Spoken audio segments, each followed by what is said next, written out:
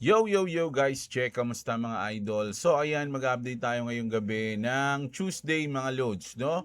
At meron tayong malupit na news ngayon mga idol, no? First time, no, na crypto company mga loads. No, mamaya malalaman niyan mga idol ng malupit na balita na yan. No, pero bago ang lahat, syempre alam niyo na sana pa-like ng ating video at syempre subscribe kayo kung gusto niyo ng ganitong content, everyday news, trending news, global news, crypto news mga idol, at pakilik ng notification bells para lagi kayong updated. Okay? So ayan, mag-update na muna tayo mga lodi ng ating balita na agad tayo mga lods. No? So sabi dito, nako ayan na.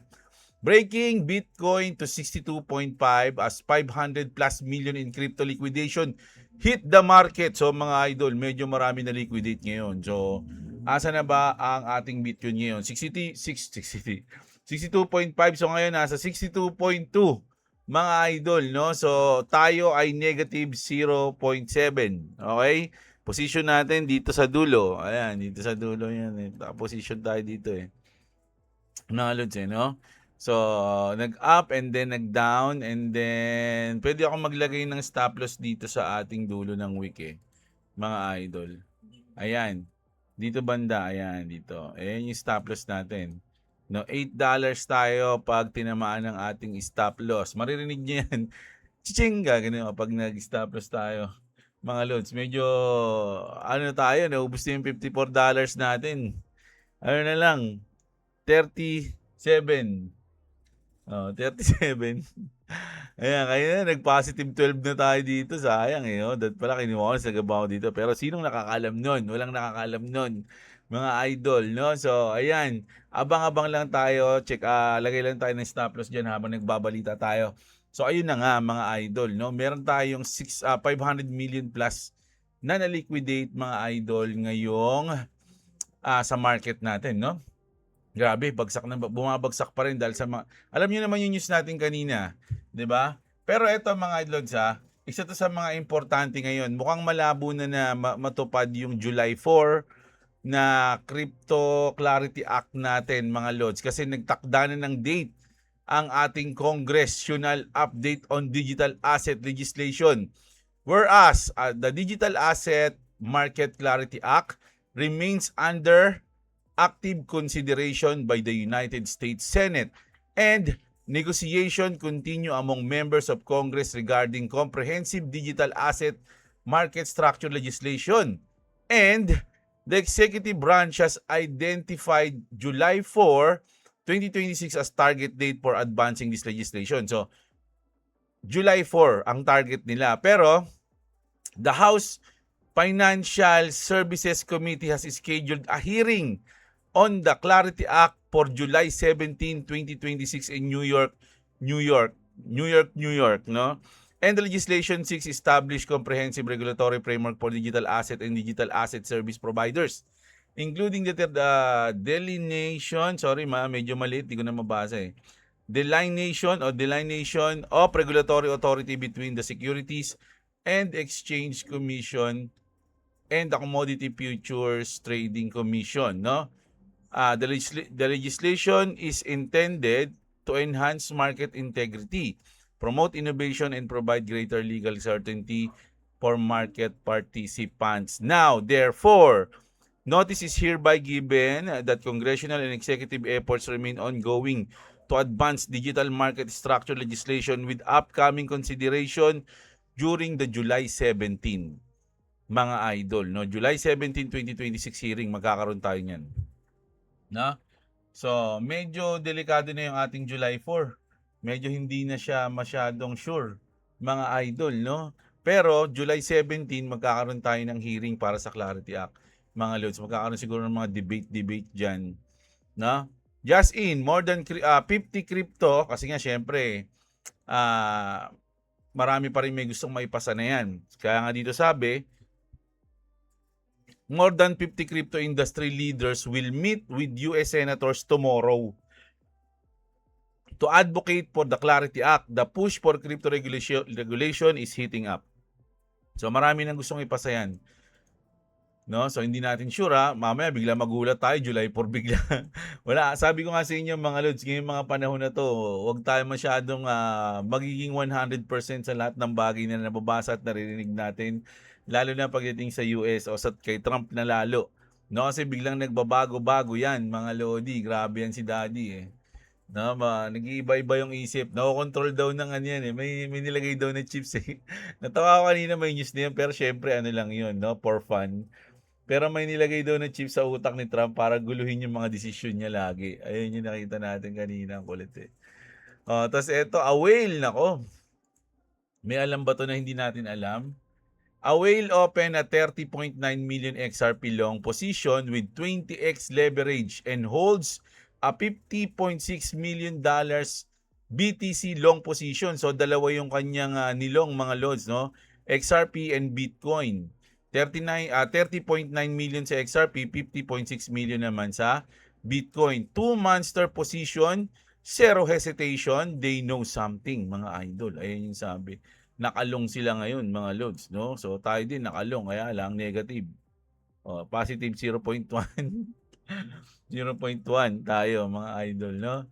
At ito naman, punta tayo din sa Ripple. Ripple just got Mika approved. Ito yung pinaka-trending news ngayon, mga idol, pagdating sa Ripple, no? Ripple just got Mika approval. Luxembourg CSSF granted Ripple as CASP license unlocking regulated crypto payments across all 3 EEA countries combined with their EMI license. European banks and fintechs now get full XRP infrastructure through a single integration, mga lodi. Natatandaan nyo ba yung news natin na nakaraan, mga lods, na dinilist nila yung USDT, yung Mika, yung Europe, mga lods, di ba, yung Europe. Kaya nga sabi dito ni Sir, so you're telling me Europe delisted USDT to hand the entire continents on ramp to Ripple freshly Mika approved RLUSD. No, so dahil nga hindi kasi compliant yung RLU ay USDT, mga lods, eh. I'll be damned. Ripple was indeed the Trojan horse. Ayun yung sabi dito, mga lods, no. Ripple preliminary Mika approval unlocks access to 30 European countries, over 450 million people, and 18 trillion euro o pounds. Euro to, di ba? Economy. Grabe, laki nun, mga idol. No? Billion pa. Tama. Billion, trillion to, di ba? Million, billion, trillion. Grabe, dami. So, dinilist nila yung USDT para sa newly fresh RLUSD. Mga idol. Ayan, no? Ripple freshly Mika approved RLUSD. Grabe, totoo ba na Ripple was indeed the Trojan horse, mga idol? Grabe yun, di ba?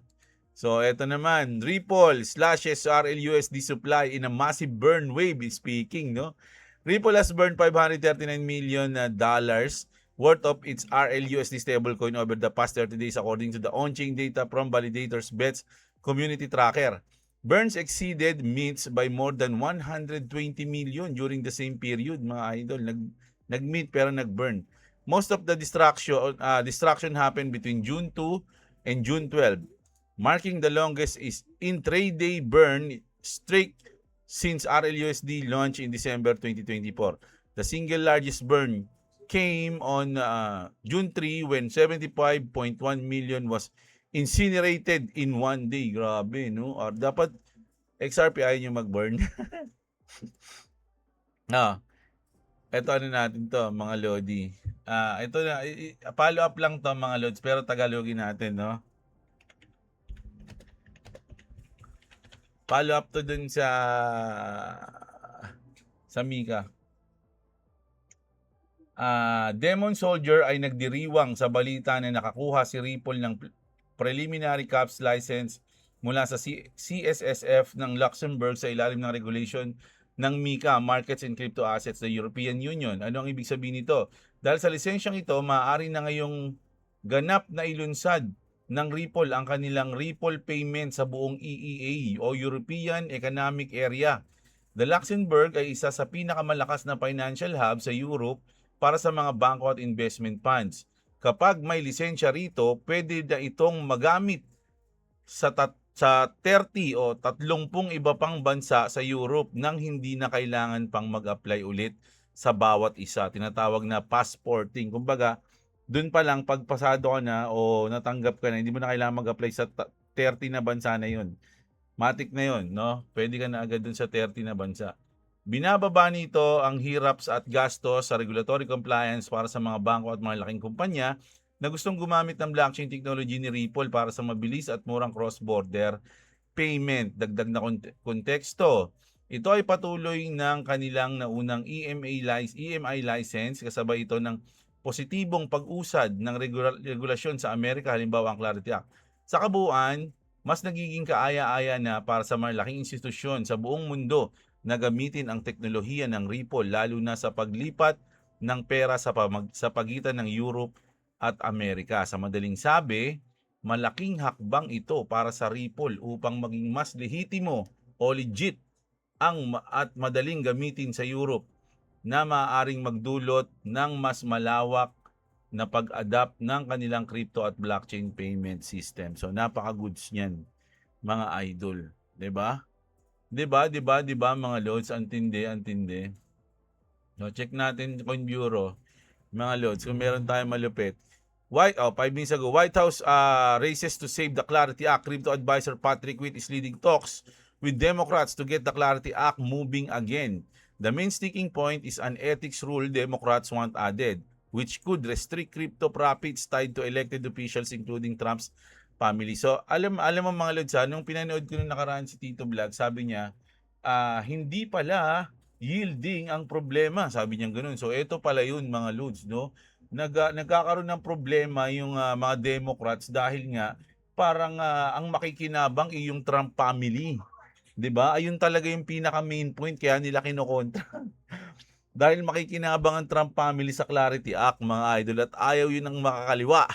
Reuters estimates the Trump family has made about 2.3 billion from crypto ventures since mid-2024. So, ayun. Mas maganda, ipasa na lang nila yan and then kapag nawala na sa position sila Trump, dito nila i-demanda. No, pero maganda ipasa na nila. Ito 7 minutes ago, Warsh to drop the Fed's next rate hint on July 14. So July 14 Warsh faces his first testimony as Fed chair in 3 weeks where lawmakers will question him on rates, inflation, and the economy. Inflation is now at 4.2 while 9 Fed officials already see higher rates ahead. So gusto ng iba na talagang mag-rate hike. Will market get as clearer rate signal, mga idol? Nako, yan, mababa na tayo. Grabe to, mga idol, ang hirap tsempohan no? Pero sabi nga nila, hindi mo tsempohan ang bottom at ang top, mga lords, no? Trump says Hormuz oil flows hit an all-time high record. So, ayan na. So, ito na yung sa geopolitical natin. So, ayan na. Ito yung ang pinaka-main news talaga natin dito, mga idol, is yung sa Mika at sa Ripple, mga lods, no? At syempre, marami ngayong naglo-long position. Pero nakita nyo, bumababa yung market, mga idol, no? At maraming na-liquidate, mga loads. At yung syempre, update natin dito sa Clarity Act. Pero gusto ko lang mag-update dito sa balita natin tungkol dito sa Tacloban shooting incident, mga lods, no? So isa sa dalawang minor de edad na namaril sa San Jose National High School na impluwensyahan umano ng marahas na online gaming app na Gorebox ayon sa PRO8, mga idol, no? So yung isa daw naglalaro ng Gorebox. Ano pa yung Gorebox na yan? Parang Gearbox lang. Yung Gorebox, mga lodi, parang marahas siya na na Roblox, mga lods, no? Barilan. Pero sa tingin ko, hindi ito Hindi ito, mga idol, kasi GTA pa lang Hindi sila naglaro ng GTA. Di ba? By City pa lang, yung lumang GTA talaga mararahas na ron. Nagbabaril na doon, nagsusunog na ron. Ito parang Roblox lang to. So siguro sinama lang nila yan, pero sa tingin ko, hindi yan yung main reason. Siguro talagang gusto nila maglaro ng mga ganun. No? Ayun yung sa akin dito. Parang hindi ito yung pinaka-main No, kasi ako naglalaro ko niyan, hindi ko naman naglalaro ko ng mga GTA eh. 'Di ba? Kasi medyo mararahas 'yun pero hindi ko naman naiisip na gawin 'yun sa totoong buhay. 'Di ba? So may ibang factor siguro, hindi yung game na 'yan.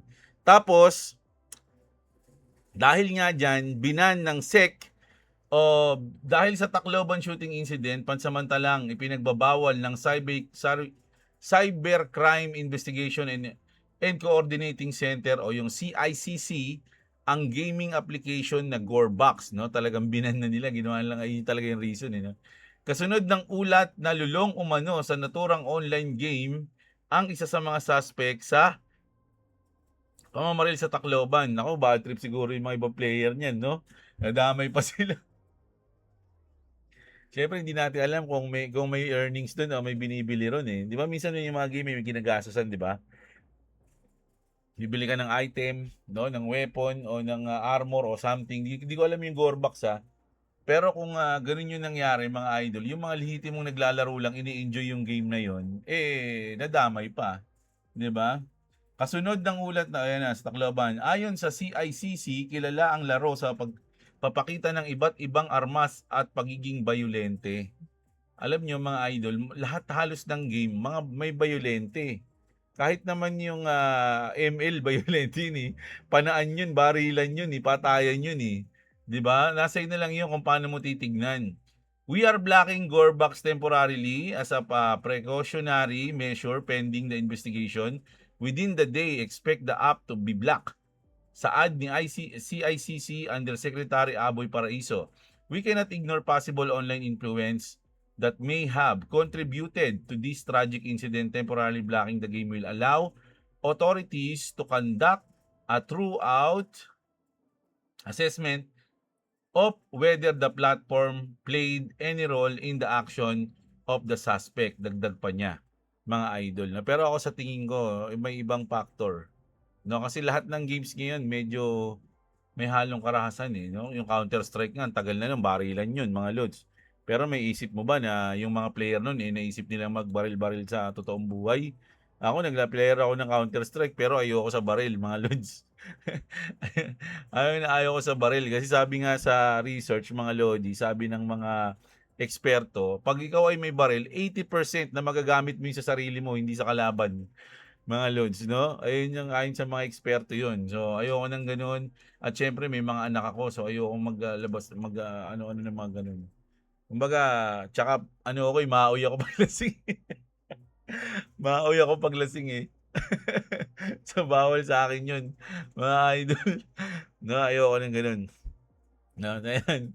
Tapos dito pa isa, ito mga lods, hindi ko alam kung totoo yung mga chat na to. Pero kung babasahin niyo yung kumakalat na chat o yung text na to, yung iba kasi hindi ko maintindihan eh. No, iba-iba yung salita. Pero merong salita dito na parang nakita ko na alam talaga nila, no? Oh, ito isa to, no? I just realized if we get caught and placed in juvenile, we could participate ano to? And change, no? Hindi ko alam kung ano yung natakpan kasi. Tapos, meron pa isa dito eh.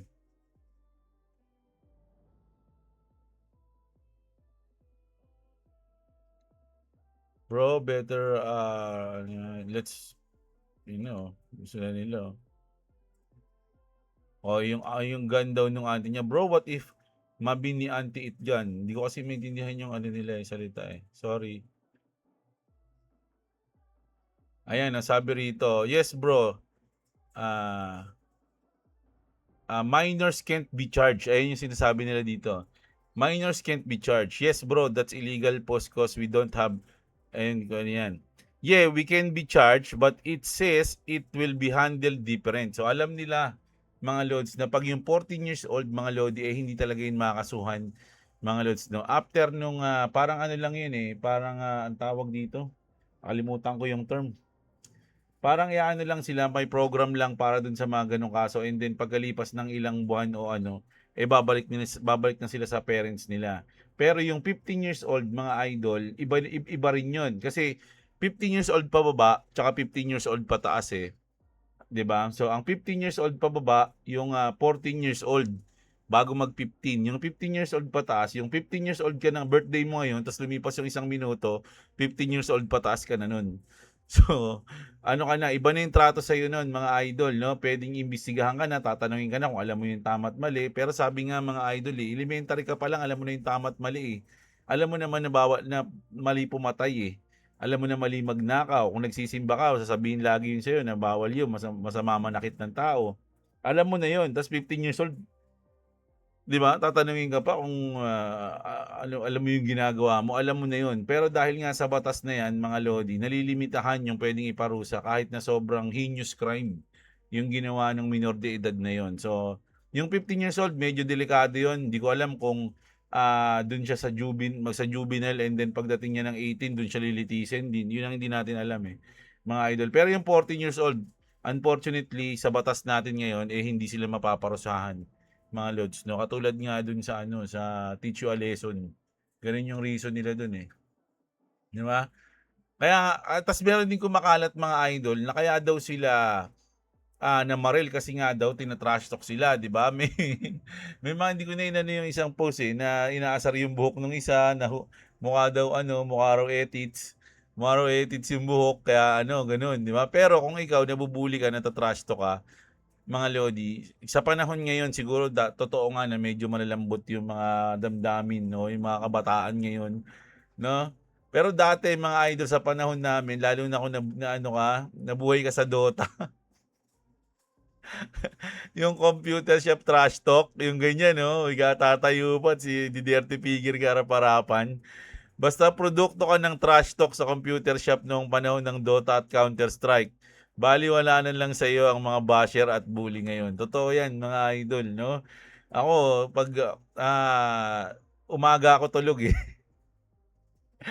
May araw ako tulog. Pagdating ng mga hapon, alas 5 yan, punta na ako computer shop niyan. Hanggang umaga na yun, mga lods, hanggang almusal na yung kinabukasan.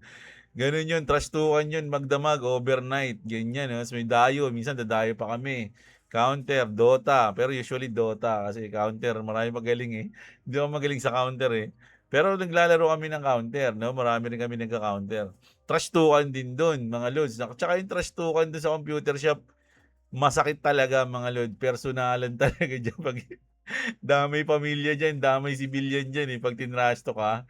'Di ba kunyari tinrash talk mo siya, napatay mo siya, 'di ba, ta-trash talkin mo. Habang naglalaro kayo, nag-iisip na agad yan ng ita-trash talk sa'yo pag napatay ka. Kaya pag napatay ka niyan, boom, bubuhos yun lahat ng trash talk. Wala akong trabaho yung tatay mo, eh. Batugan nga yung mga magulang mo, eh. Ganun yung mga trash talk. Damay-damay dun, mga lods. Kaya medyo masakit talaga yung ano, sa computer shop, eh.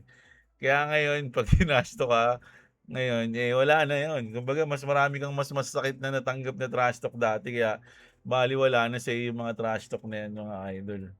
No, eh, yung tama to, kaya sinama ko to, eh. Yung ano na to.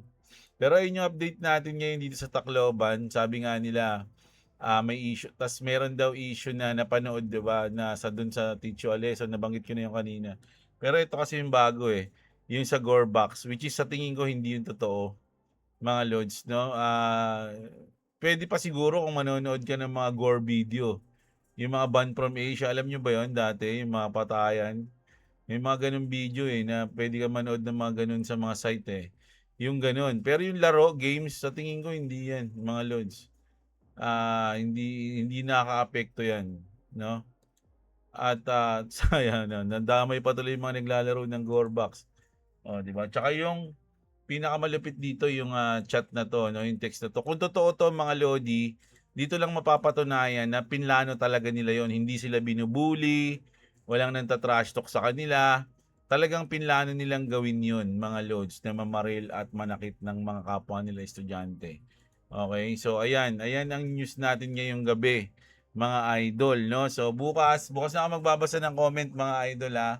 Kasi medyo may gagawin ako ngayon, eh. So pasensya na, no? Babawi ako bukas. So kita-kits tayo, mga idol. Maraming salamat sa mga nanood. Subscribe kayo sa channel natin para di kayo nahuli sa balita. Syempre sana like nyo yung video, lalo na kung umabot kayo rito, mga idol. Maraming salamat sa mga nanood. Magandang araw sa inyo, mga kapatid. At What's up, what's up? alright.